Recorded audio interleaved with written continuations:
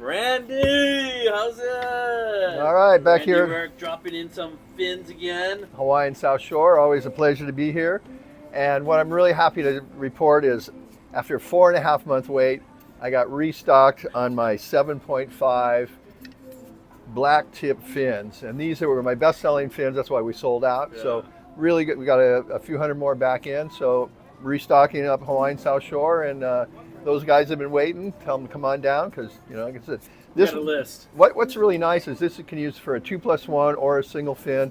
And as I always say, this tip flex, that we call it the black tip fin, is like no other on the market, and it really, really does well. And I was on the North Shore, one of the surf shops there, and they were so stoked to get this back in as well. So here on the South Shore, you guys got them back as well. Yeah. So, you know, when you designed this fin, Right. Of course, you didn't have this, well, first of all, the template. Right. Where does the template come from? Well, actually, this is an evolution of fins that I'd been using, and it's a real funny story because I wanted a fin with a lot of tip flex. I was influenced by George Greeno. But all the fins on the market that are really foiled out, they were always cracking and everything. So I went to Futures, designed this flex pattern here where we got carbon fiber on the tip of that. And it was only for me, it was for my own personal fins. And I let a couple of guys try it. They said, "Wow, you should make some of these." So here we are, and that's the story. Oh, that's interesting. So I didn't make it to make money. I didn't make it to do anything. I just made it for myself. And this, so I use a series of these depending on what size board on my own personal boards. And everybody that's used them loved them. So here we are. Yeah. Yeah. So from the very beginning, they had the carbon laid up this way. Exactly. So I designed this because I wanted a really light fin. Uh-huh. I wanted to go super thin. I didn't want a really fat fin. But the key was to get this tip flex, and you can see how much flex is in these fins. And the carbon fiber is what made it really work. So it's got the honeycomb for lightness, and the carbon fiber on the tip and down here in the base. And the flex patterns move back down here. So that's what makes this like no other fin on the market. Oh, so it doesn't actually flex here, it flexes down right here. Exactly. So as you can see, as I tweak it, see how it, you know, so it's the flex patterns in here rather than just on the tip. Yeah. And that's what makes this such a unique fin. So I guarantee you try one of these, you won't go back to your old fin.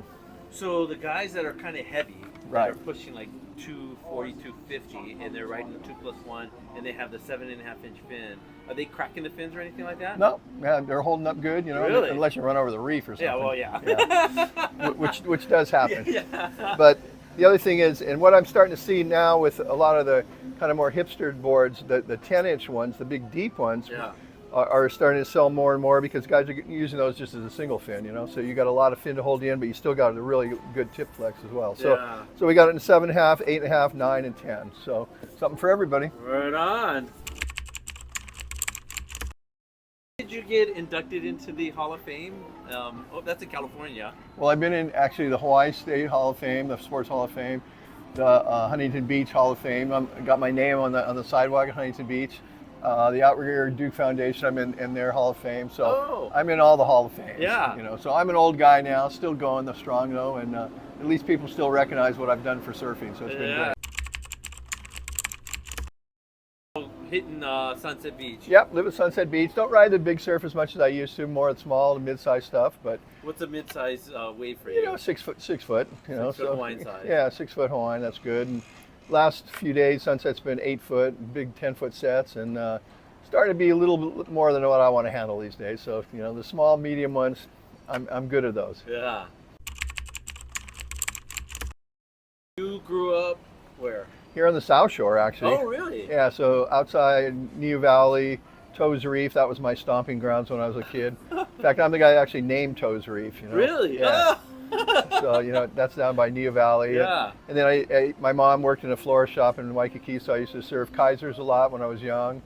And Pops and number 3s was always my favorite break. So that was my early beginnings. And then as soon as I graduated from high school, I moved to the North Shore. So I've been on the North Shore for over 50 years. And Sunset Beach is a place to surf, and that's where I live. Yeah. So when you first went to country, how old were you?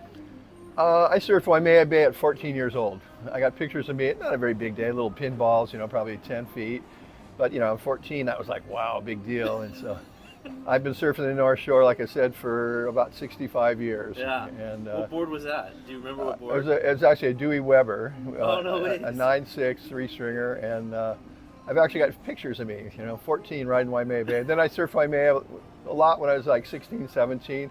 And then boards started to go short, and then by 68, 69, we were on short boards already. And so those old tankers, the big long boards from the 60s, were great during their era, but then ushered in the short boards, and here we are today. What got you into shaping?